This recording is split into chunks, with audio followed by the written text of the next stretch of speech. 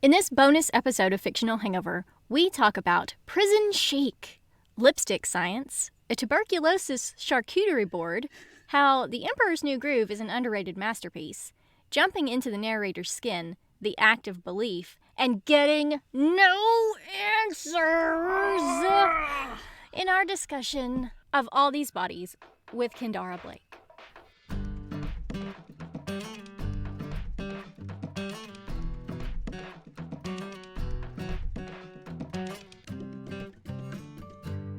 Hey everybody, welcome to Fictional Hangover, a podcast about young adult and new adult books, series, authors, and voice actors that is full of spoilers. I'm Amanda. And I'm Claire, and today we're going to talk to Kendare Blake, author of All These Bodies. Enjoy! But the lipstick conversation does not fit in with Would You Rather. It doesn't, but it does, but it doesn't. Wait, new question. Would you rather have Marie's lipstick or Marie's hair ribbons? Oh, well, probably the lipstick. I'm really lazy when it comes to hair anything, so they just end up being, in a drawer. Yeah. Yeah. Or what about her rolled up pants?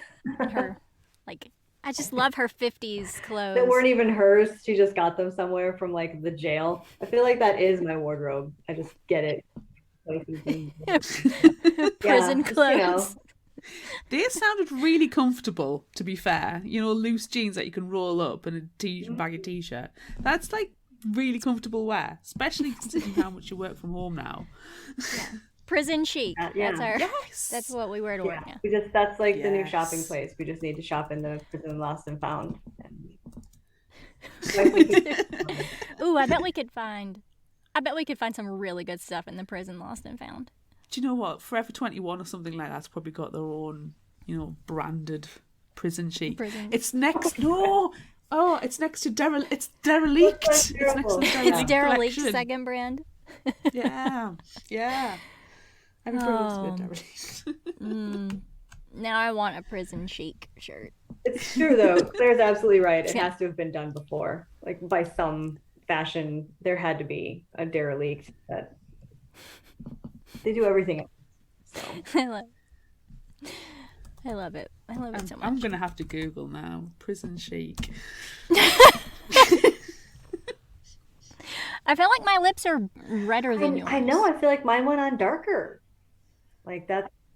I think it's blood flow. Amanda hasn't transitioned to full vampirism yet. So the darker it is, the more closer you are to your true form of vampirism. But it makes sense, within the context of the story, because it's technically Michael's mom's lipstick, and it looks way darker on Marie than it does on Michael's mom. And everybody's like, wow, I didn't know you had that lipstick. She's like, I didn't. That's what I said. That's what I said when I logged on today. It's like, look, I'm wearing it, but it's brighter than it was. Yeah. That's why. Yeah. I don't want to Maybe be it's Michael's like mom. mood lipstick, it goes on. However murdery you're feeling today, that's how bright it is. Does this mean that I'm don't not know. feeling murdery, Maybe or you're I am feeling murdery? How murdery? Let's monitor. This is for science. We will monitor as the conversation goes through. Especially when we mention a certain character, I expect it to either go bright red, which is definitely murder, or the deepest, darkest colour there is, almost black. And if it goes dark, we'll know that that's the murder colour. Okay. It's for science. Be a good judge. We'll write it down. If you write it down, it's definitely science. It's science. You're right. Yeah. Oh my gosh. Okay, let's play our actual game of Would You Rather. These were good questions. So All right. I'm excited. That's cool. And we're so excited because we are joined by Kendare Blake. Woo! Yay! Would you rather? Thanks for having me. All right, so we asked our listeners, would you rather interview a vampire or interview a vampire's accomplice? And yeah, everybody's vampire. On Facebook, It was 86% vampire, Instagram was 92% vampire, Twitter was 75% vampire, and TikTok was 88% vampire. So everybody wants to interview the vampire. And Brie Tart on Instagram said, interview the vampire. Best to get the story from the source, even if I'm more likely to become a new thrall or die from the encounter. L20Cav on Instagram said, for me, it would be the vampire. There's too many different variations on vampire mythology, so I'd like to get the standard questions settled once and for all. Garlic, mirrors, holy water, etc. But I'd also ask the really important questions that no one seems to ever ask, like, what color is their urine, and do they still poop? It's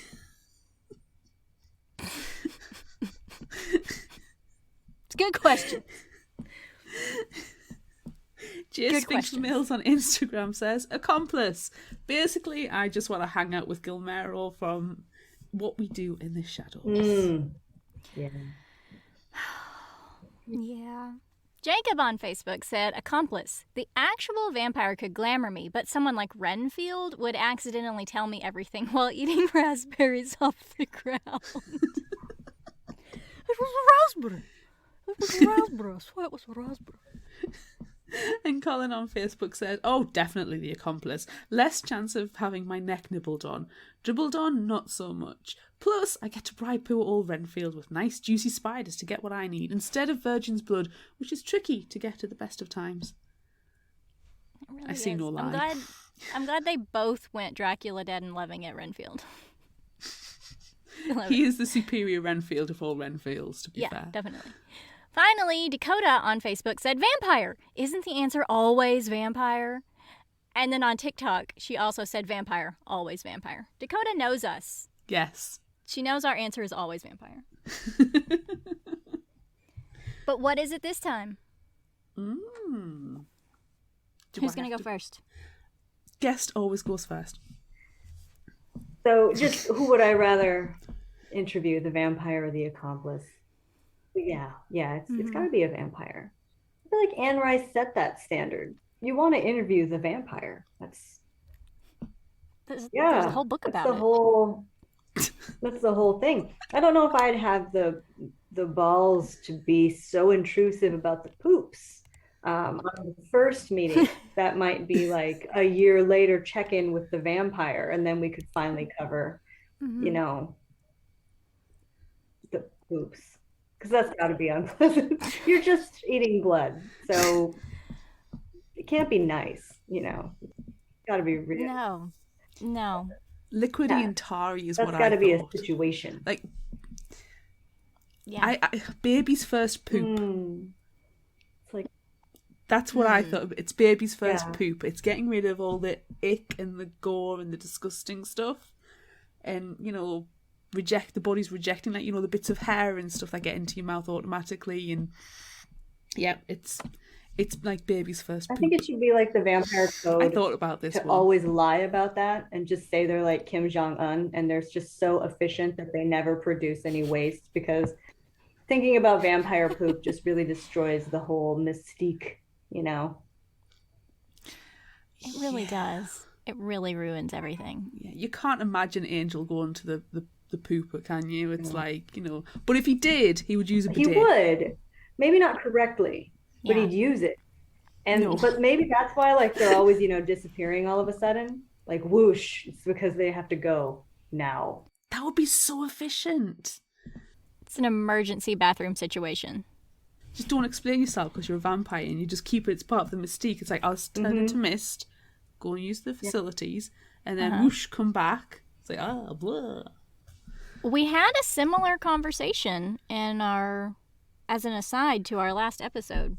That is right. That's right. Our superfan Constance tried to trick us, and she asked us a would you rather question, trying to get us to not answer vampire. And she asked us, would we rather be a vampire, but we have random emergency diarrhea at least once a week, or would we rather be a human with superpowers? And we still both chose vampire because we decided, we could turn into mist and then we could just mist poop everywhere, or we could turn into wolves. Claire, you said you could turn into a wolf. I wanted to turn into a bat and basically, poop on people's heads because it's funny. Yeah. Why not? Sorry. If there's comedic value in it, I'm I just going had there. And this is vampire with comedic Yeah, I just had like a mental image of like the Claire bat just like screaming as she flies and just crop dusts people with her emergency diarrhea. I wish I had my bat with me right now because I would just scream bat and then suddenly. Yep, just be a bat. Yeah. Yeah, there's. Now you know if I feel scream bat, that's what's going to happen. Oh Yep. gosh. Oh no. Okay, so Claire, are you interviewing the vampire? Or are you Of course I interviewing am. the This is a silly question. Why are we even asking this to each other? Of course I'm It really interviewing is a the silly question. vampire. And the last question will be, would you prefer neck or wrist? You know, it's going to happen. Yeah, which do you... Yeah. Would you rather to the vampire at the very end? Yes, we have to force the vampire to play Would You Rather. And then we can ask them about emergency poops and which one they would rather have. Exactly. It's amazing what can be, sorry for the pun, stimulated via the comments. Nope. Stop it. Okay, next question. Would you rather get hit in the head with a full can of beer or almost be shot in the head by a police officer? I think I have been hit in the head with a full can of beer, and it's not that bad. So, you know, as long as it's not like a full-on, as long as it's a glancing blow, it's okay. So yeah, the beer for sure. The cops with the guns is a no, very scary. What about if it was, what if, this question should really be, would you rather be almost be shot in the head by your friend or almost be shot in the head by a police officer? I mean, technically both things happened to Michael over the course of the book. So, yeah. No. Poor Michael. It's all, Poor Michael. yeah, no. Anytime that the gun is involved, I'm out. I'm out. Just throw beer at me all day long. I don't care, but no guns. I agree. I don't want to be anywhere near guns. And I love the cop who, did I get you? Did I get No! What? No! Yeah, we've said before, guns are a completely foreign concept to me. Like, hello, UK police do not carry. So, however, you know, I've been to like Foo Fighter concerts, and beer has gone every. Well, we assume it's beer. We like to think it's beer. Has been thrown around quite liberally. So you know, whatevs. But like a full can? It might be a stubby. It's Do you smashed do you in the have head with a stubbies full in the can. US? Like, you could, if it's a stubby, do you not have stubbies? I don't know what a stubby So is. a full can of beer is like a full can, quite tall and large, isn't it? But a stubby is just like a tiny can. Oh, and Just I tiny think little our bit. normal cans are like in the middle because like you have sounds like you're like Yeah. describing the silver bullet, you know, like the big one. So ours is like a standard Yeah. soda can size. No, oh no, ours are always Mm. bigger. Ours are like probably double. If you put two soda cans on top of each other, that will be your standard size. Oh, yeah. And then a stubby will be a little bit smaller than a soda can. And sometimes they get called tinnies. And they go, oh, do you want to go for a tinny? And you're like, oh, that's awful. I hate the term tinny. No, I don't want to go for a tinny. I don't like that. I don't like beer/lager from a can. I think it tastes Yeah. weird. Draft pull or a bottle, please.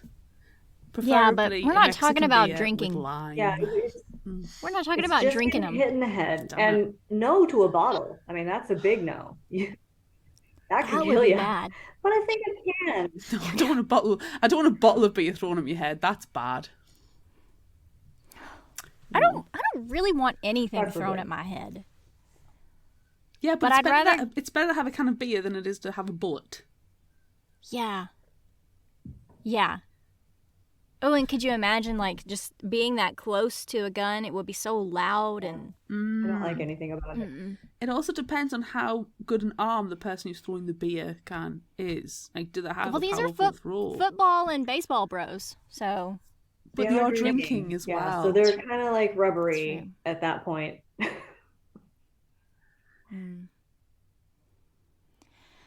oh, I whatever think if it you've got a is. sibling as well, you're kind of used to things being chucked at your head, so you could probably take a can of beer quite easily. If you've got a sibling, it's happened, so you know you've probably already got the built-in protection.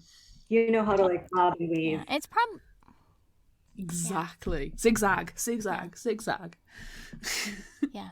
And it's probably easier to like block a beer than it is to block a bullet.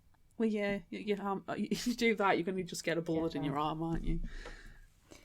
I'd rather have a bullet in my arm than a bullet in my head, though. Well, that's true. That is true. But we're fine. We're fine. Get hit. We're fine. We're fine. We're fine. The worst thing that's happened, we got covered in some We sticky all beer. toast beer. We're all fine. Exactly. Yeah, it's fine. It's fine. Next question. Would you rather find the carvings in the trees or in the cemetery? Some serious, like, Blair Witch Carvings vibes. in the trees Do would not be like. cooler. Like, they would freak me out more. So it depends on my mood. If I wanted to be scared, I would go carvings in the trees, because that sounded really, really freaky. When I was writing that scene, I thought it was pretty scary. Yeah, it was. Yeah. And then following footprints that don't belong to them and seeing the carvings, and they're like, that's really, really deep carvings. If you find carvings of effigies in the forest, you GTFO the forest. Fact. Because there's some Blair Witch shit going on right there, and you need to get out, save yourself, abandon all friends, pirate rules. I feel like it's scarier too because they're like up really high and they're all over the place. Whereas in the cemetery, they're just on the back of the headstone. So that could easily be almost graffiti, except for the fact that it's carved into stone. But the trees, them being all over the place, like just imagine you see one and then you turn around and there's one like over there too. And then there's one over there. And it seems scarier to me. Yeah. At least in a cemetery, you could like try and mentally persuade yourself that it was the stonemason did it. It's just their marking to say that maker's mark, or you could delude yourself somewhat. But if you're in the forest, I don't think you could. However, I would prefer to find them in the trees because that's more interesting, and that's cooler and creepier and freakier. Yeah. All right. Next one. Would you rather be covered in regurgitated blood or eat your siblings' heart ashes? It's an awful question. Tuberculosis not included. Oh, that's better. Yeah, you don't have to get tuberculosis. Yeah, I don't know. I mean, the regurgitated blood being covered in it wouldn't be so bad, but I mean, by definition, I had to have drank it all first, and that seems gross. But I don't know what heart ashes taste like. Yeah, well, and yeah. Ugh. I guess I'll be covered in regurgitated blood.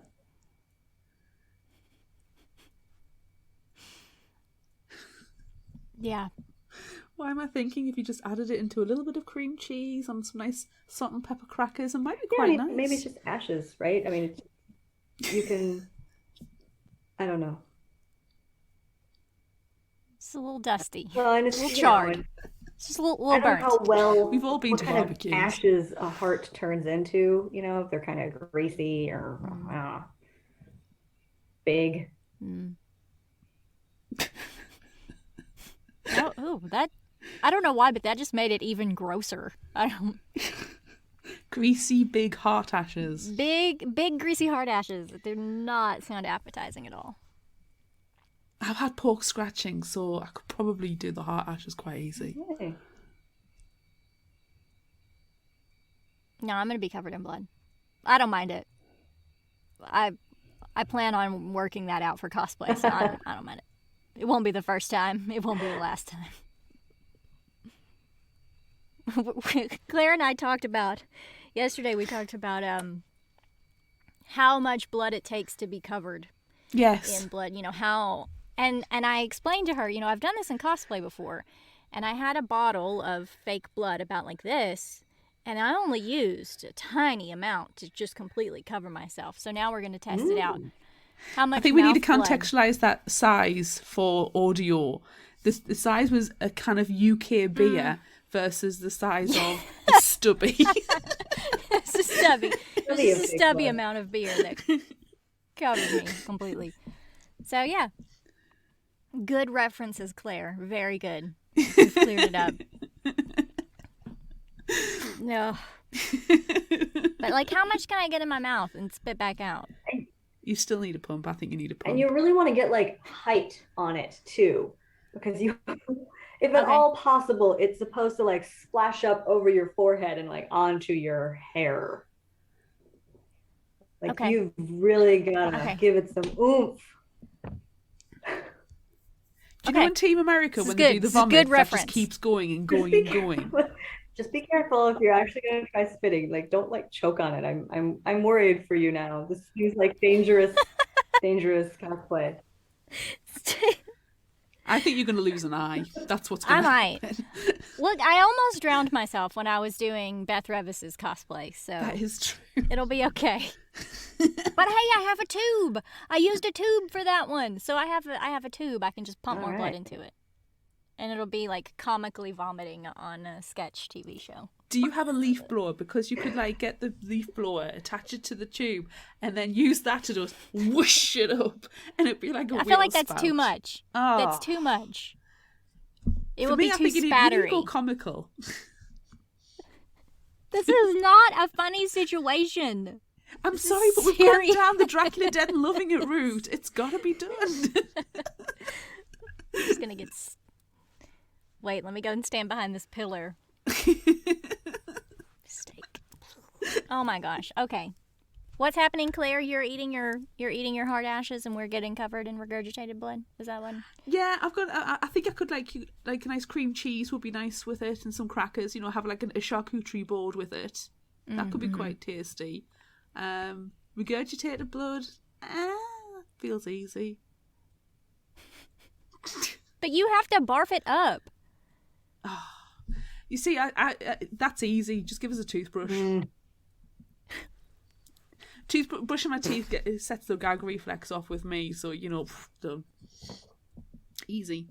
You'll need the toothbrush, but after. True. You would brush your teeth after you regurgitate all the blood, and then you would just barf it up all over again because you've brushed your teeth. Yeah. It's a never-ending cycle. It's the cross I bear. That's why you eat your ashes. That's why I eat the ashes, because it's with a nice cream cheese. I think I must really be fancying cream cheese right now. You must be. Cream cheese and stubby. Nice, honestly, a charcuterie board and tuberculosis heart. Everything's better with a charcuterie board. It's true. It is true. Last question. Would you rather explore the Carlson house or Marie's mother's house? Marie's mother's house. Well, I mean, technically it wasn't Marie's mother's house, but like that weird abandoned house where the bodies are. That would be more fun because it's filled with weird crap, like weird, unexplainable collections of crap. Whereas if you're exploring the Carlson's house, I feel like you're just like nosing through their underwear drawers for no reason, like because they're your neighbors. And not that that's what I do to my neighbors if I'm at their house. I'm not like, hey, elbow deep in your underwear drawer. No, but it's a research. It's still just, you know, like cozy. It might be nice to go through the Carlson's house, even though they died in it. They probably have some really good like leftovers in the fridge and pantry, so you could assemble a charcuterie board while you went. There's definitely a pie there because she make a pie. She almost did. She was in the process of. But we know that there's jars of fruit. Yeah. We know that exists. Lots of pie filling. You should just, like, I guess maybe I'd go to the Carlson house just so I could stock up on pie filling. It's the only reason. It saves your supermarket shop that week, wouldn't it? Underpants and pie filling. Yep. Yes. That's all you need. It save you the whole trip. Mm-hmm. It really would. Is that what the widow next door did? She just toddled over there. Like, oh, underpants. It's like so nice. I don't know what this is, but I'm having it. Don't go in the bottom drawer. Never go in the bottom drawer. What's in the bottom drawer? Oh, goodness. Okay, what are you doing, Claire? Marie's mother's house is useful as it would be to stock up on essentials and non-essentials from the Carlson house, because we're just robbing them at this stage. I like the idea of creeping around Marie's mother's house, or like the house where the bodies were, to ghost hunt. I'm going to go ghost hunting. No vampires, just ghost hunting. Which one would be better for like estate sale purposes? You see, I got the impression that the Marie's mother's house was fairly abandoned. Yeah, I feel like the Carlson house would be a little bit cleaner, and they would probably have, the just perfect like kitschy stuff. So I wanna go in their house, but I want to pilfer things, not necessarily the underwear drawer, but I want to go to the Carlson like house. salt and pepper shaker set. Like they have super cute things, but they might have wedding silver. There might be really weird, valuable stuff in Marie's mom's house though, like that weird silk doll. That might be worth some dough. Yeah. The old typewriters, dough. Ooh, yeah, maybe that one would be better. If it's anything like video games, there'll be food in the toilet. So, when you just find those random things in abandoned houses in video games, and there's always a potato in the toilet or something like that. Oh, yeah. Mm. Toilet potato with your heart charcuterie board. It's a good ad. Yeah. I'm not hungry. I've had my dinner, I swear. Really good. All of this is really great. That's the end. That's the end of Would You Rather. It's the last one. Oh, those were excellent. It only got a little bit awkward. I'm going to try and not talk about food anymore, because I swear I'm not hungry. I've had a good substantial tea. No, I'm starving. I'm sorry. Yeah, it's almost dinner time for me, so I'm starving. But I still don't want to eat the hard ashes. Yeah, I took my mom out for like sushi lunch and a haircut, so I'm actually pretty stuffed. Ooh. Also. I'm jealous. That sounds perfect. Now I want sushi. I still don't want to eat hard ashes. Would hard ashes be in a California roll? Would it be in a maki roll? Would you mix it in with the soy sauce? A little side dip of wasabi. Mix it in like ashes. Like the wasabi. You just mix it that's what I'm thinking. You would have to put in the wasabi, really. Look, I don't want to do it. I don't want to eat the hard ashes, regardless of how they are served. I'm regurgitating blood all over myself instead. This is the rage table in you. It is. It's rage table in me. Okay, so other questions. Ooh. Okay, so Claire and I had a really long conversation about this book yesterday. And we need to know. We need to know how it ends in your head. Like, you guys, Fictional Hangover is spoilery and spoiler fest and everything, but no. I promised myself that I would never tell anybody what really happened, because that is the point of the ending, and that's like the point of the whole book is, when it comes to true crime and when it comes to believing young women's stories, we all have to make up our own minds, and truth and belief are slippery and coexist in different ways. But yeah, I do know, but no. And if you look like at the evidence, I feel like, there's enough there, but no, I cannot. I cannot tell you. No, come on. I won't tell you. I haven't even told my husband. And after he read the book, he bothered me about it for like a year. And he's like, "So it's this, right?" And I'm like, "I don't know. Is it? I mean, I know, but I'm not telling you." So yeah. And sometimes he'd be pretty sure that he had it figured out. But then, I didn't tell him, and he's still kind of irritated. But yeah. So the ending is is killing people, and I expected that it would. So In the best way, though. Yeah. either you really like it and you're like, or you're like, what the fuck, Blake? And you just throw the book. So yeah.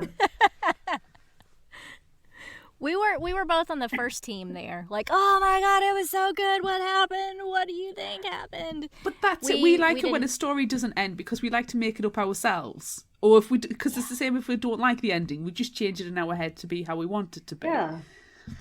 Yeah. You know, what was it in Buffy that you shut Moulin Rouge off? Yeah, at that part, so it has a happy ending. Yeah. Yep. Oh, I still like so our ending. That we came, like we kind of decided is now canon, so we'll go with that. It's fine.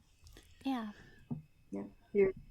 You'll have to listen to the episode to I'm like, to figure out. I will say, I mean, I proposed the theory that it is a vampire because what we talked about was is the blood drinker really real? Is the blood drinker a vampire? Is Marie a vampire? And does Marie come back? And with the blood drinker, could it be the stepdad because the stepdad wasn't found? But we decided in our heads that the blood drinker is real, that the blood drinker is a vampire, and that when Pilsen, checking the lipstick colour, has it changed? It does look darker. When Pilsen advertised that what they were doing and trying to find the bodies, the blood drinker went and moved the body of the stepfather because he's playing mind games. However, the stepfather is not the blood drinker because he moved the body. He's dead. I thought the blood drinker is Mercy Lane Brown's brother, tuberculosis heart eater. Oh. Because that story is quite prominent in the narrative. It links to the whole reason why Marie wants to be her heart, burned at the end by Michael. And you don't actually find out what happens to Mercy's brother after he eats the heart. So yes, okay, he gets tuberculosis, which is, going to affect his lungs, which is why the blood drinker sounds really, really gross and horrible in the audiobook, which is absolute chef's kiss, fantastic and freaky as. And obviously you don't get that in prose, but you get it in the audiobook. And that's why it kind of helps explain his voice. So he kind of got tuberculosis at the same time he was turned into a vampire because he ate his sister's heart. But he's a vampire, so he doesn't die. So he just keeps having tuberculosis, and he's just walking tuberculosis. Oh. Yeah, walking tuberculosis guy. I mean, he's not really that affected by it. It's a bit of a gravelly voice and stuff. No. I don't think he's communicable at this stage. But yes, that was a theory that we have surmised. That's one that we took too far on purpose. I like that one. So there you go. Because the problem that we have is we read the books, and when you have such an ending like this, in the second read through, which we both have done, you kind of try and look for the clues and the keys and the pointers and try to see it, and then probably read too much into completely the wrong thing. No, but they did say that, like, yeah, the girl's body was, desecrated, and then her brother ate her heart out, but then, but his body was fine. They made, there was that point to say, yeah, well, they didn't do that to him. So it's perfectly reasonable that he just came back a few days later and then was walking tuberculosis after that. Yep. That's it, isn't it? That's the end of the story that you didn't want to tell. When they slack off with digging people up and cutting their hearts out and burning them on the town square. Like, you get lazy, and before you know it, you got walking tuberculosis. Oops, that's Armpit. Sorry. See, Armpit agrees with us. Armpit does agree with it. Armpit's like, yes, that's exactly what happened. That is how this beautifully rich, important story ends. Walking tuberculosis. It's Ruined. really, yeah, it's really just like a health, Department of Health PSA. It is. Oh, is this how the Department of Health got started in colonial America? didn't kill enough vampires. Oh. But we also wanted her to be a vampire hunter, right? Because we always want everyone to be a vampire hunter. That's how everybody, Always. So she regardless of whether there's a vampire in the book or not, you just think everybody should just become that eventually. Yes. Yeah. So we dig her up at the end, and Michael's like, "Oh, please, please, please," and then she's like, "Hey," and then she's a vampire, and then she has to go after the blood drinker. So she's a vampire hunter. She would be. That is true. She would, if that occurred, she would be a vampire hunter. Can we just give you all these wild slipped up. speculations until you're like, yes, damn it. You're finally just like, fuck. Fine, okay. I'll tell you. I've been Everything you're telling me is wrong. Days. I can't press end meeting. Ugh. I can't believe you won't tell us. Yeah, I'm not fine. telling anybody. Yeah, no, I can't. Is this going to Never, be like ever. written down on some like really good stationery, like some really good parchment, and then locked into a box, Like which is locked in. into another box, which is locked into another box, and then buried, or something like that. And then it's some delivered to me, cryptic- and then I hit it with a hammer. No, Yes, that's exactly where my head went. Turn him into a flea. That flea inside of a box. I love Yzma. I want to be Yzma she's when I my grow up. favorite. Yeah. Yeah, mine too. She's an underrated Disney villain. She's the She best. is. She is. It's nice. I'm so glad that movie has found like its people after being kind of a flop in theaters. It's like beloved. It's.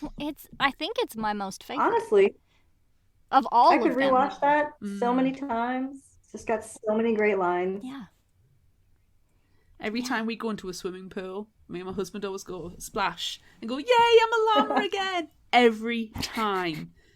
Every time. I read a really weird accounting of how that movie got made and like the different stages that it went through. Like when it started, it was going to be something completely different, a really big Aztec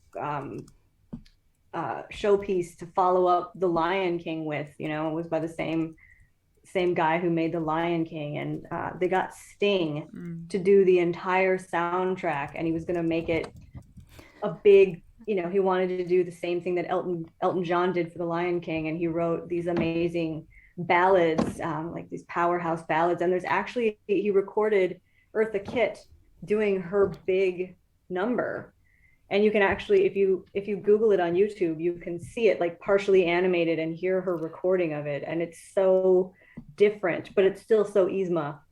But it went through total changes. Like at the time they were making it still didn't have a final script, and they went through, it was made so on the fly that by the time it was over and archives came around and said, okay, we need the script to archive, and they're like, there really isn't one.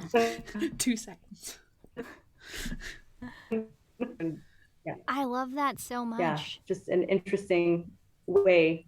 Just it all was such a hodgepodge of things, and it ended up being so perfect. I love it. I absolutely love it. Now I need to hear Eartha Kitt singing. Yeah, you really totally look that up, because it was a totally different Yzma, but also excellent. Awesome. Okay. Don't forget to do that, me. Might have to come back in editing.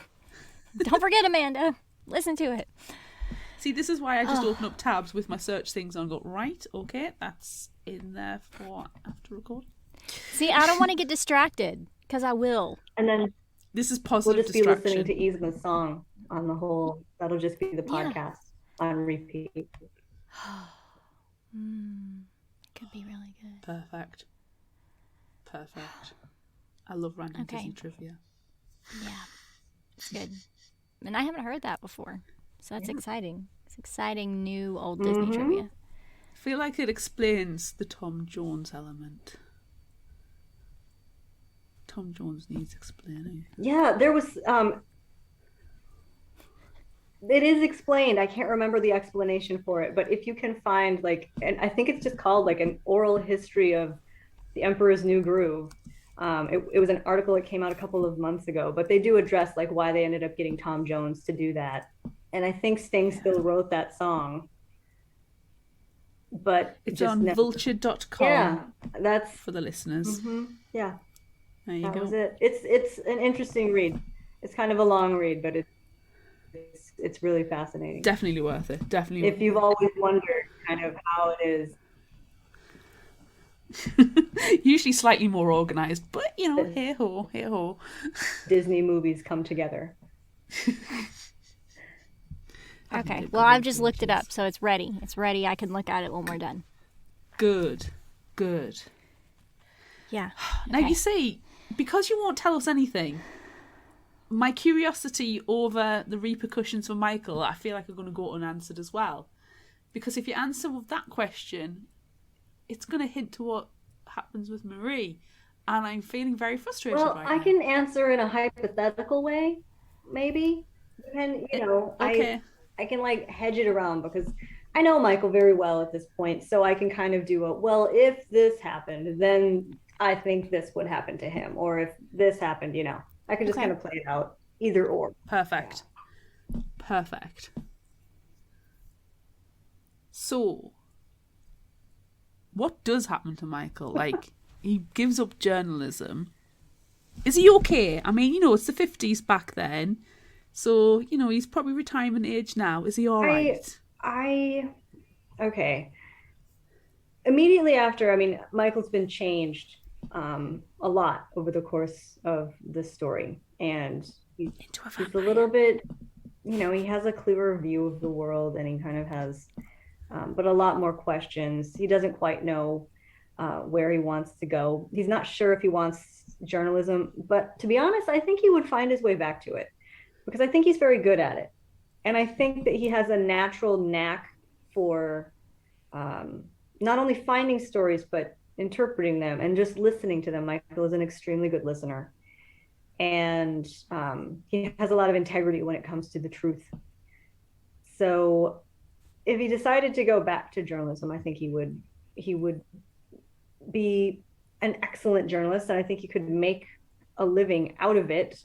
Yes, it was the 1950s, so now he'd be old if he lived. But I think he does. I think he's okay. I think he lived doing whatever. Maybe if he lived, maybe being a vampire and you know, hunting, or you know, maybe because let's remember he believed Marie. He made the choice.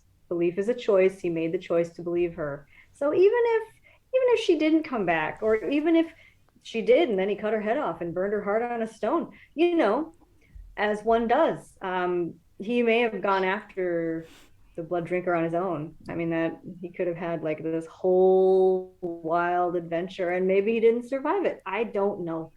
So much could happen. The blood drinker went after him. Yeah. he was toying with him the whole time.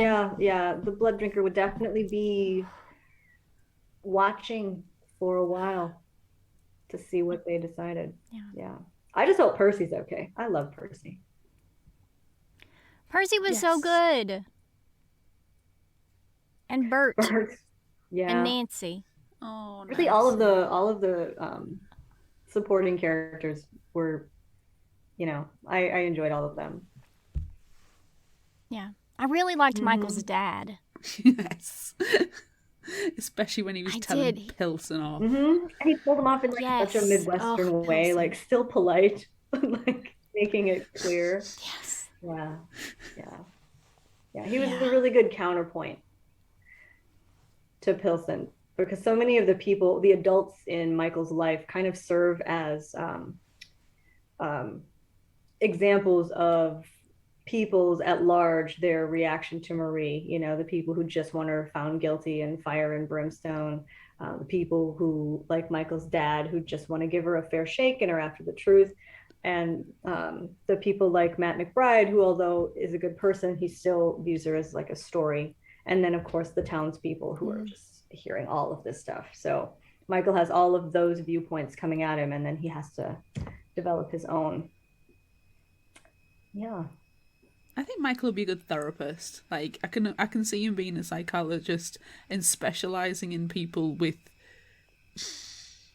certain disorders, like, you know, who believe like vampires are real and stuff, but he believes them. He's like, yeah, vampires are real. That is what you believe. Therefore, vampires are real. Let's see what your childhood trauma is that brought you to the stage of, you know, hanging out with a murderer. Yeah, I could also see him, despite the fact that he was never really interested in following his dad into law enforcement, I could see him changing his mind now, but I think he would be in a bigger city. Like, I think that big city thing is something that Michael really wants to do. So no matter where he ends up and what he ends up doing, I think he'll ultimately find himself there. And by big city, I don't know. for a small town. Yeah, I mean, it might just be like a Minneapolis. You know, it doesn't have to be big city, but big for him. I'm going to Milwaukee. Yeah. See, I got so many like Stephen King vibes from this story, and while we were just talking about it, I just envisioned Michael as like a Bill Denbrough, and he starts writing, like, and he's an author at the end. You know, not necessarily a journalist, but maybe he's writing stories. He could at the end. Because I got so many Stephen King vibes, but like when we talked about this yesterday, I was like, you know, I got a Salem's Lot vibe, and it was, you know, but Salem's Lot's really, really, really long. It's like this is the like tight, condensed, really good version of Salem's Lot. That's how I felt. But also I was thinking, since I started thinking about Bill Denbrough and It, I thought about the adults that are in It, and you know, they're like ignoring everything that's happening. And I got that feeling from the one guy. I can't remember exactly what's happening in the story, but Michael encounters this guy on the sidewalk, and he's like, oh, so what are you doing? Let's just get her in the chair. All right, see you later. And he like tips his hat and walks away after saying, you know, hey, let's murder this child. So I got that vibe too. Like, what's going on with these adults? What a lot of people were saying. I mean, because Marie was inspired by a real life murderer accomplice, or so-called, Carol Ann Fugate, who was 14 at the time and always said she was innocent, but you know, she was convicted as an accomplice and sentenced to life. So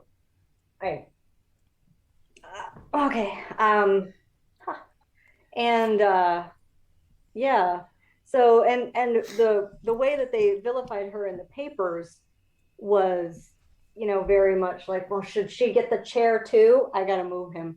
He's just a little much right now. I love him so much. Whew. Yeah. So I wanted that guy to be a real reflection of some of the things that Carol Ann Fugate faced when she was convicted in the court of public opinion, long before she was convicted at trial. Because people are just, you know, oh, well, she had to know what was going on, you know, oh, she had to be involved. She's a bad girl. People are always so willing to punish bad girls, girls that they think are promiscuous, girls that they think are, you know, just not what a girl is supposed to be. So, It was gross the way Pilson sexualizes Marie. And it's like, she's a baby. Stop it. You're just gross. You're just a creepy, gross man. He tries to, you know, blame her for any relationship with her stepfather. It's like, you're so disgusting. Oh, I love Michael's dad, though. He's like, that's not a relationship. We don't call that a relationship. Mm-mm. No, that's not what we call that. Yeah. Mm-mm. Oh, Michael's dad.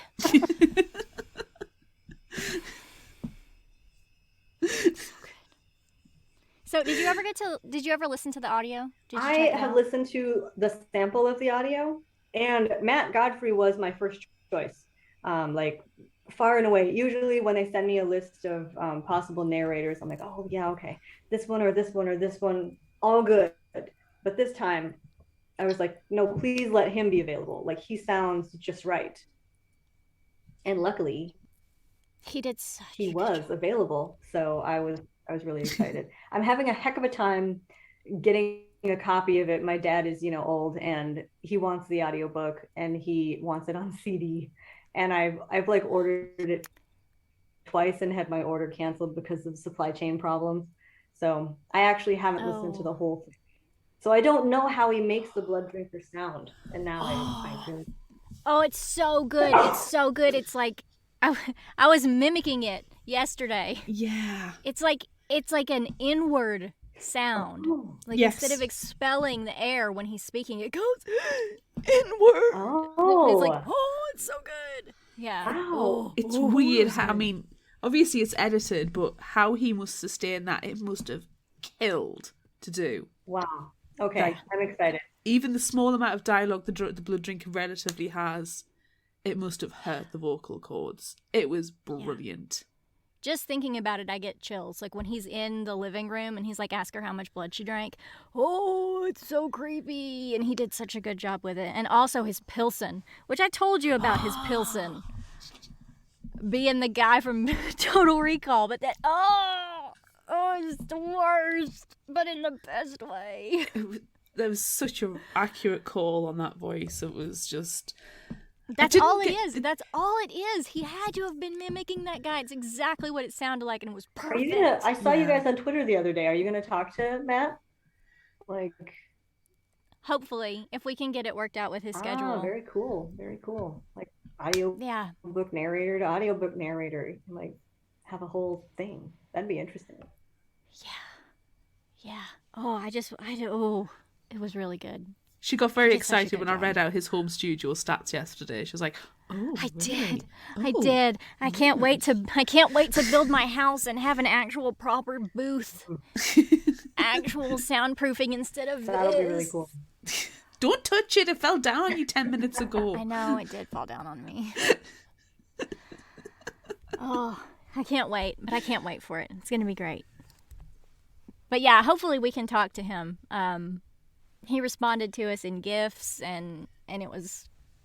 I think he's going to be a good fit Yeah. if we can seems like convince a I him. don't really- think we've scared him he off. seems like a really cool, chill guy. Yeah. Yeah. I didn't go too over the top with our tweets like that time with Steve West. I ruined every chance I ever had with talking to Steve West because I fangirled so much about him on Twitter. I've learned my lesson. Toned it down. That thread was to 11.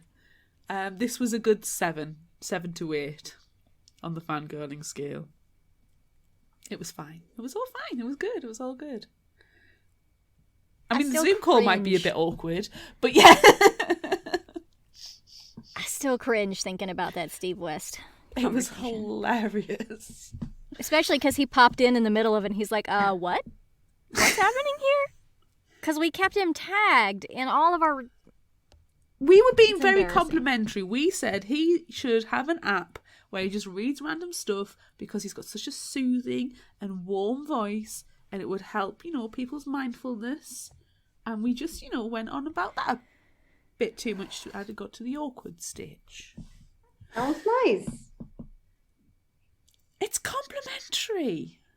And he is on the, Apple, iTunes, whatever, the Apple bookstore. He does narrate bedtime stories now. So I really feel like that was because of us. So I think we are due our, was it 20%? Yeah. Or at least an interview. I mean, you should totally sit down with you guys. Teddy. I really wish he would. We'll have to get our people onto his Anyway. people. We need to get some people before we get people onto people, but yeah. We should- do we need should to get totally people. We do. Anywho. We need people. It's important. Anyway, let's stop talking about that before talk it gets about real vampires. awkward again. Yes. I did like So the are there fact that more? throughout as well, it wasn't called vampire, it was called blood drinker. It didn't keep saying vampire, it said blood drinker. So That was really good. might be a slight technicality, but was it a vampire? I think it, Or I did think it just was someone who likes to it drink was an people's important blood? distinction because I was trying to walk that line, true crime with a vampire, but it's true. You can't be a vampire because vampires aren't real, except it was a lot of that back and forth in my mind when I was writing, of how to balance it without going too far in either direction. So I had to be very careful. And that makes Since I know what happened, I had to Yeah. be very careful about what I let people know in any direction. Like, can I put this in there? Is that too far? Can I put this, And I just had to, yeah, really. that just makes it really creepy too. It makes it creepier to think that what if it's not a vampire, and what if this is just like some really psycho serial killer who drinks your blood? That makes it scarier than a vampire. Psycho serial killer who drinks your blood and grooms young children. Mm-hmm. Yeah, it's gross. Yeah. Yeah, no matter what. Because there's you never a decide, mention it's of no good. puncture wounds, just cuts. It's always no good. cuts, not puncture wounds. So that was clearly like never. That was never said, and you always assume, or natural assumption is vampire equals punctures. So, Yeah. damn it! This feels like there's a spanner in the works. Yeah, and Marie dissuades a lot of the the basic myths, like garlic, garlic doesn't work, Michael, don't be dumb, that kind of stuff. But she also says, like, no, he couldn't come into your house if you didn't invite him. And so it's like, Oh, I love that part Dawn. where Michael says, like, funny how he only seems to follow vampiric rules when he wants to make me look crazy, because he does. Yes. He's good at playing games, though. And he probably could have come in his house if he wanted to. He's just fucking with him. Yeah.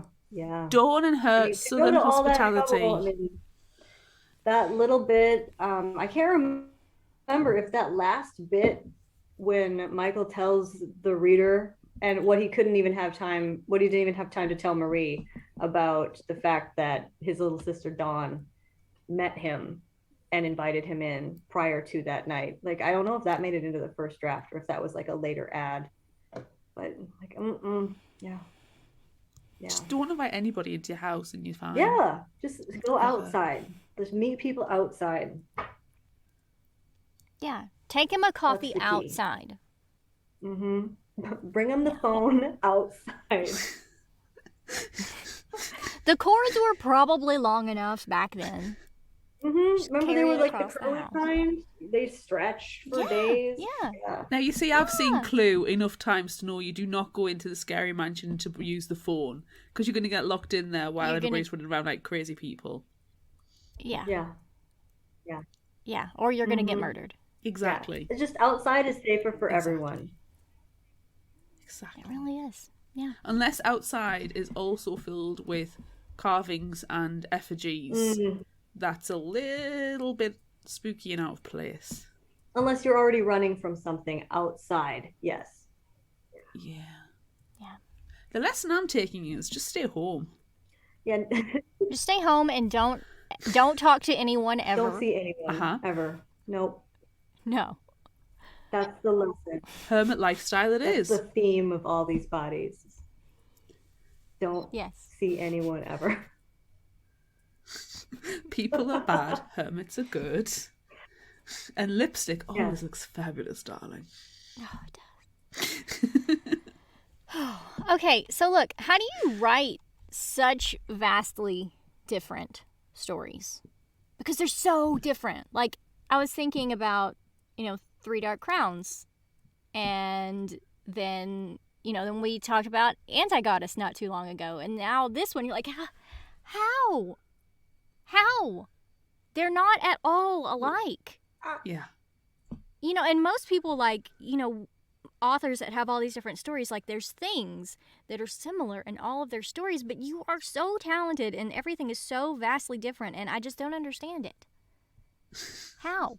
Why are you so good?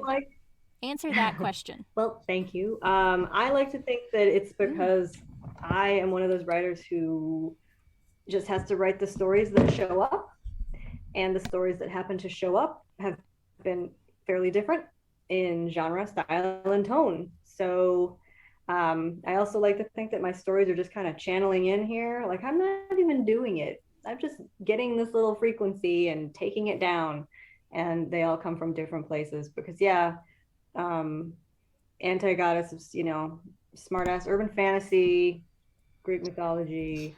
Three Dark Crowns is more of a dark traditional fantasy, political intrigue, that kind of thing. And with all these bodies, I went back to first person, but first person past tense and kind of in a memoir style, a recollection, which I wanted to do because anytime first person is in past tense, to me, that always implies that there's another filter of memory.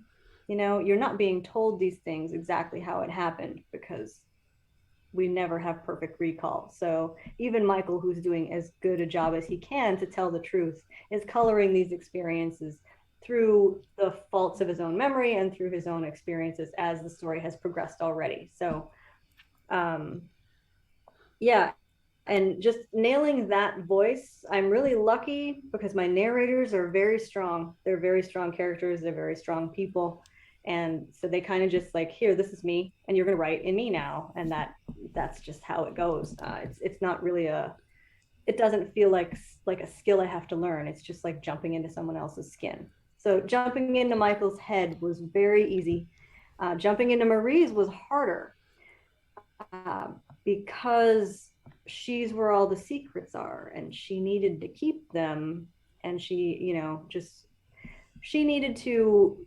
It's like she couldn't quite decide how she wanted to play it with Michael. So through drafts, she changed a little bit as she tried different tactics with him to see what would work.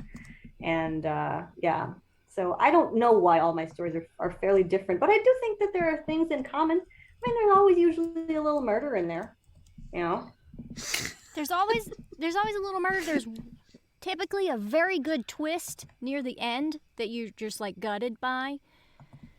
But they're so different. Yeah, I mean, yeah. Yeah. That's good though, because it keeps everything fresh and it's fun. I feel like readers are not. It's not as cool for them because I mean, when we pick up a Stephen King book, we kind of want to know what we expect. Like we expect certain things from Stephen King, even though each new story is original and fabulous and very creative. It's still Stephen King. Like it's quintessential Stephen King. If somebody asks what quintessential me was, I don't even know if they could say, and I think that's disappointing for some people. Something to do with blood. That's it. Yeah. So part of me, we all have those times that we wish we were different kinds of writers, and I very often wish that I was the kind of writer who could, was more like I mean, I guess we all wish we were more like a Stephen King. But I wish I had a lot more story ideas that were in, the same vein, because I don't know. But as a reader, it's nice, it's refreshing for us because we can't get the twist. If you're an established, if you, yes, we're saying Stephen King's books are all original and fabulous, but it gets to a stage where you get familiar with the patterns of writing, and that takes some of the mystery out of it. With your catalogue, it doesn't. When we read Anti-Goddess and the twists that were in there, and like when Apollo was killed, both me and Amanda were like, Apollo got murdered? What the hell? What on earth? Why? When totally freaking out because we kind of expected a big death, but we didn't expect that one. And yeah, it's like with this, we have no clue, realistically, no clue what has happened with Michael, what has happened with Marie, is there a blood drinker? We don't know any of this. And it's bloody frustrating, but it's bloody brilliant at the same time because as the author, you've given us the creative freedom to kind of take our story wherever we want to go, especially because you're not going to tell us anything, which is another element of frustration for us. I mean, most of the book, I spent all that time with Michael and having him ponder the nature of truth and the nature of belief and how, everybody believes a different thing, and the truth is not always as objective as you think it is. There's a lot of subjectivity that goes into it. Unless you're an active participant or an actual participant when it comes to true crime, even after we get like a jury trial back with a guilty, not guilty, do we really know for sure? No, we don't. We still just have to, okay, this is what we think. And I couldn't spend all of that time talking about what it meant for young women to be able to tell a story and be believed. Was there anything that Marie could have said to make herself be believed in this situation? And if there wasn't, well, then why not create the most outlandish story that she could possibly tell? Or maybe it was the truth and she, so after playing with all of these ideas and these themes, I could not then at the end say, haha, just kidding. Here's what really happened. Like, it would have been totally antithetical. Yeah. It would have taken the piss out of the whole thing.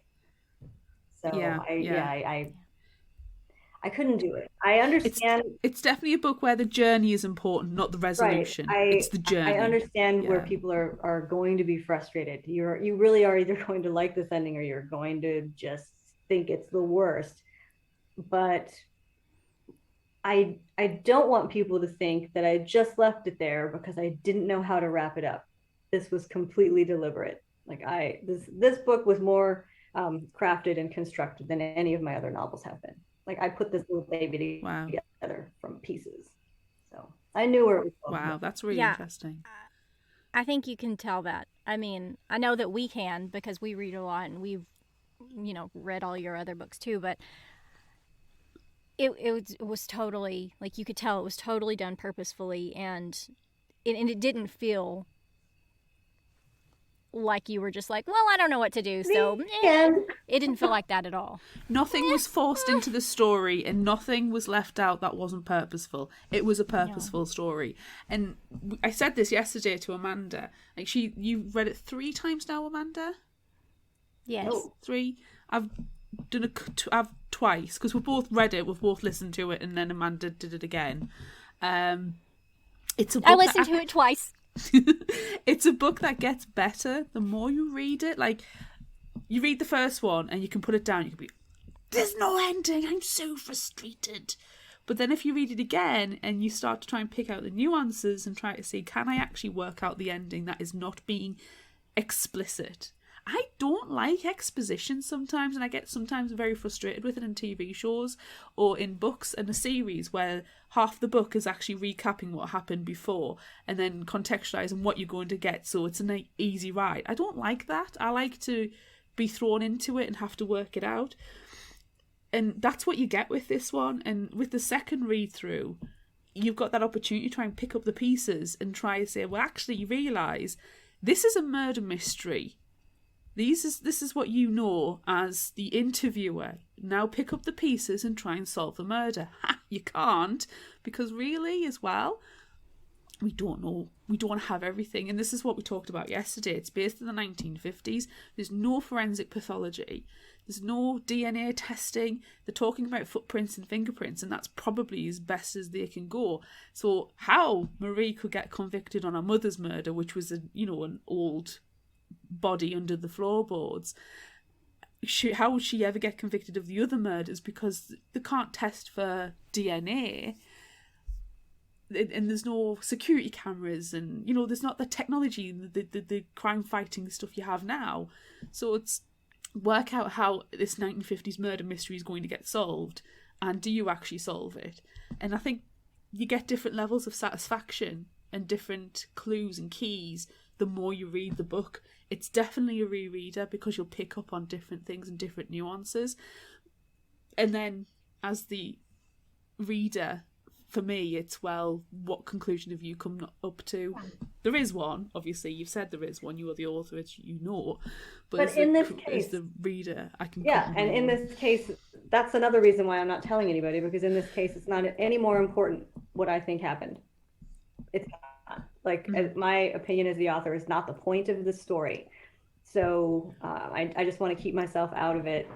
And it is, so much of the story is about the willfulness behind the act of belief. Michael has to decide to believe Marie or not. The girl, Carol Ann Fugate, the girl that Marie was inspired by, her trial that she was convicted on, it basically came down to, yeah, we know you were there. But we don't know, we don't know your level of involvement, and only you and these dead people and Charlie Starkweather, your ex-boyfriend, that's it. And the jury based their decision on Marie's testimony and Charlie Starkweather's testimony. So the testimony of a convicted murderer who was already headed to the electric chair. That's all they had. Everybody else was dead. Yeah. So it was very much a he said, she said, who do you believe? Do you believe this little girl or don't you? And they did not. So, and that's just like that.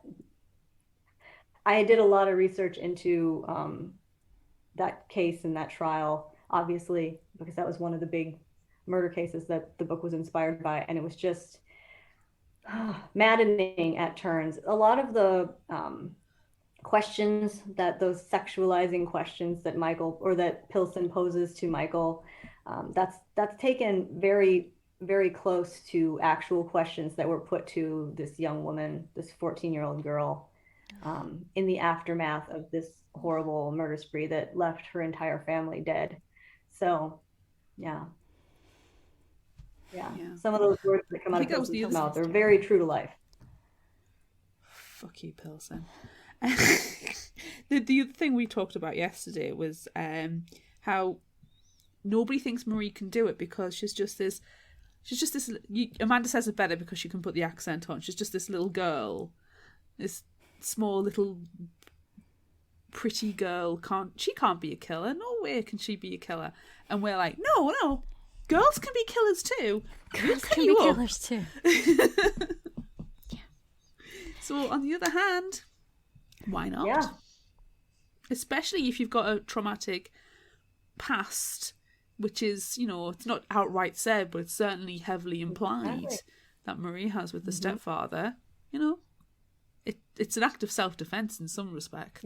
Yeah. There are a lot of different ways that you can view Marie. You can view her as so traumatized by the things that she's endured at the hands of her stepfather that she's basically believes this story that she's made up to disassociate, or it could be completely true. Marie's a very tough girl. She's very pragmatic. If the blood drinker is a true story, there's no reason it couldn't have happened exactly as she said. And that is the confounding thing, because it really could be either one. All of my favorite quotes that I pulled were all about like truth and like what are the facts about fiction. I really, really, really, really liked that one. Like took it down immediately when coming across it. What are the facts about fiction? Like it really hit me. And then at the end, find out what really happened, Michael, because the truth is the truth. Except it isn't, is it? Facts, maybe, but the truth is our own. It's tied up with belief, and belief is harder to hold down. Like, I loved it so much because you don't know what the truth is. It's only what you believe, and that played a huge, huge role throughout the entire story, and it was just really, really good. I'm really glad you guys liked it. Honestly, I have a feeling that this is going to be like my shameful little baby, because it's going to be the most polarizing of all of my books, and I really had a good time writing it, and I really love the characters. I really love Marie and Michael, so I'm so glad you guys enjoyed it.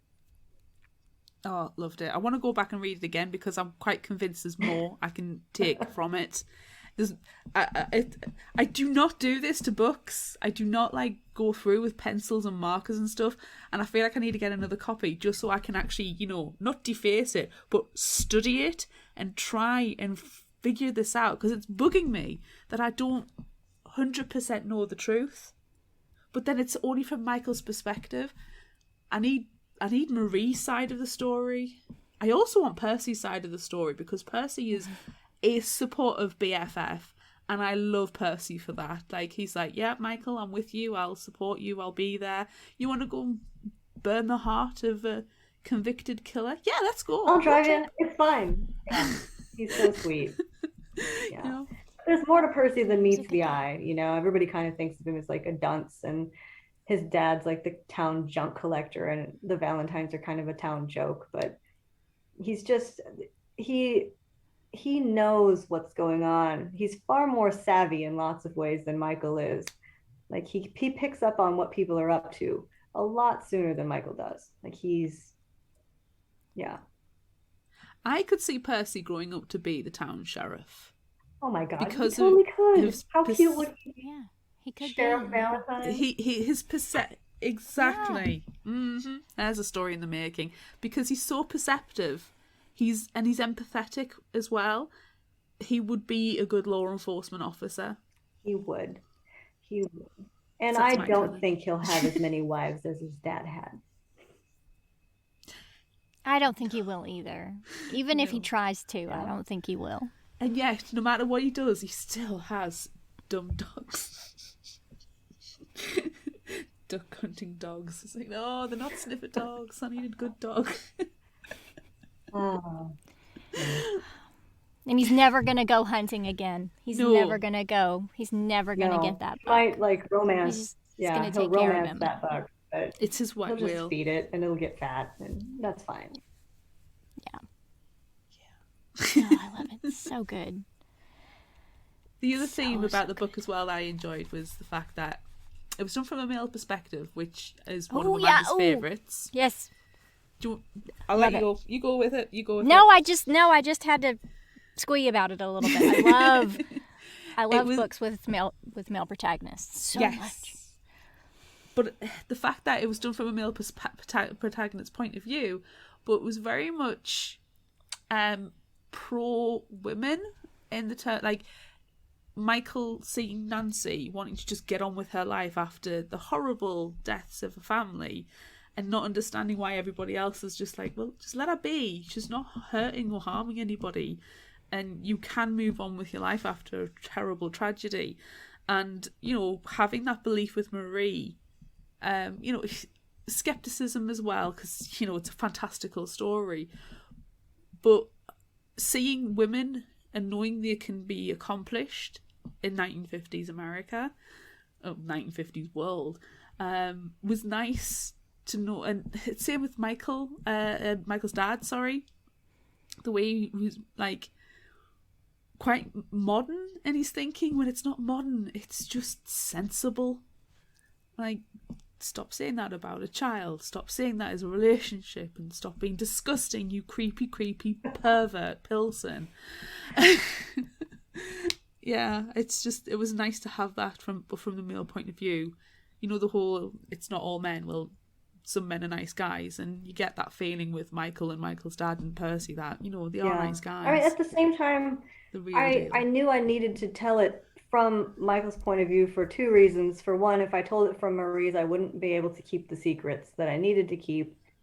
And two, it was just another dimension of the way that in those days, women were not allowed to tell certain stories, even their own.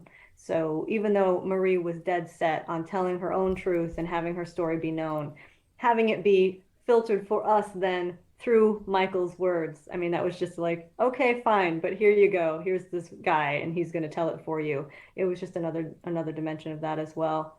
It was nice to work with a guy again. I haven't worked with a male narrator in quite some time, not since Anna Dressed in Blood. So that was, yeah, been like 10 years. So it was nice. And Michael is those two guys are just very different narrators. They're just very different people. Michael's just a really good, earnest kid. He has no kind of defense systems. He was just so vulnerable. Really, if you think about it, he was the perfect mark for Marie if she wanted to pass this story off on someone. Like, that was a golden goose. Just saw him sitting right there and snapped him up. And then drank his blood. When she said, yeah. Or is she? I'm looking for the I towels. wonder if she would try to turn him, or if she just cared about him too much and wouldn't want him to go down that road. Who knows? They're vampire hunters now. Yes. He's just a vampire hunters, it's hunter fine. maybe, and she's a vampire hunter, and then eventually, once Michael starts getting real old, they'll start having to do this whole let the right one in kind of scenario, because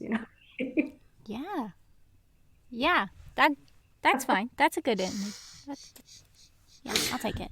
Oh dear. I'll take it. Oh my gosh. Wow.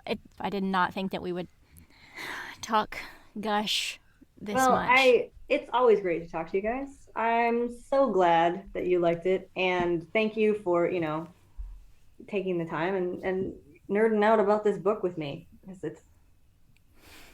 It's always fun. It's a real treat You for authors to always get to nerd nerd. out on their own books. So I really appreciate it. Thank you. Thanks. Yeah. Thank you for joining We've us. said it We that- gladly nerd out with any author at any time about any book Yes, because we are will. completely nerds. Yeah, and we've said it before, like, you're an instant buy author for us. As soon as we find out something is coming, we've already pre-ordered it. So it's already happening with our Buffy book. Yay! Like, Yeah. you just have to come back for that one Yeah. again. I'm Sorry. so excited. I Both found my Buffy fans? old Buffy books. Like, are you guys both actual Buffy fans? Oh yes. Yeah. Look, we got to stop talking about Buffy because we have a whole book that we can have this conversation That's for. true. So you have to stop. Yeah. We need Getting to on save again. the Buffiness for later. Yeah.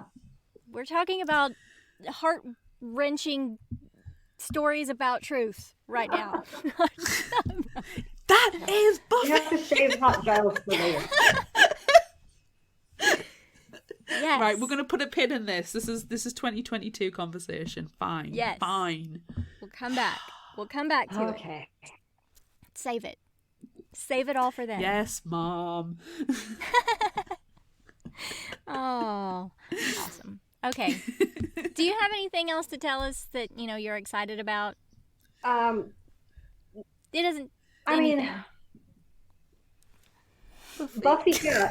Honestly, No, and not every yet. generation comes out on January 4th.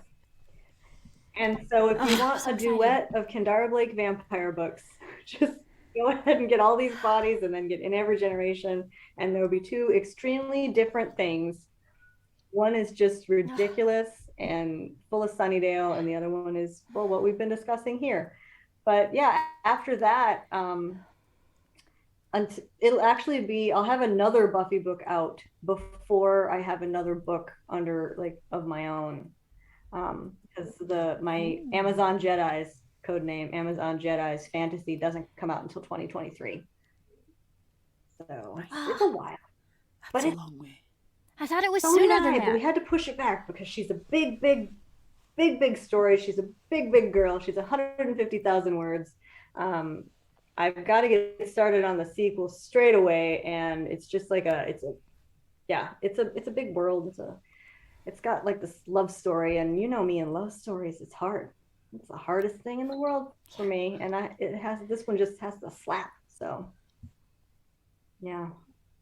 And then Do you know, someone as a that reader, you love it's has so to far get murdered. away, but it's fine. It's fine. Yeah, it's we'll fine. cope. We've got other books we can read in Yeah. the meantime. Yeah, and then we just always have something to look forward to. Exactly. It's just never a bad thing. Yeah. Never. But yeah, so that's what I'm up to. I can't believe that Buffy comes out in 2 months. This is ridiculous. It's Oh my ridiculous. god. Don't say it like that. That's Feels like all these bodies just And came wonderful. out, and now I'm like, I should talk about Buffy now. It's so weird. I mean, Well, we're which excited. book has most vampires in? Nice try, Claire.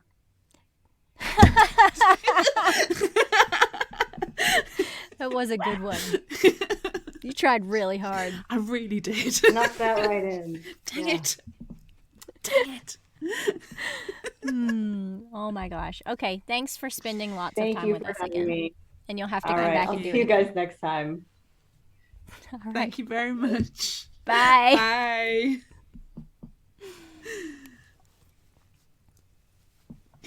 I thought you were going to get her. I thought you were going to get her. Dang it. It was a really good try. I need something. I am so frustrated, but in a nice way, Yeah. We'll have to try and sneak a question in for the next time. We're like, oh, and was Marie a vampire? Yes. Yeah. Oh, yes. Haha, we have that on tape now. So that's it for this bonus episode of Fictional Hangover. I'm Amanda. And I'm Claire. Join us next time as we discuss Silver Shadows by Rochelle Mead. Look out for our Would You Rather polls on social media. Don't forget about our book club and monthly challenges on Facebook. Be sure to visit our shop on Redbubble at fictionalhangover.redbubble.com for all your favorite Fictional Hangover themed merchandise, and become a patron of ours on Patreon at patreon.com/fictionalhangover. Until next time, remember, the only cure for a fictional hangover is another book.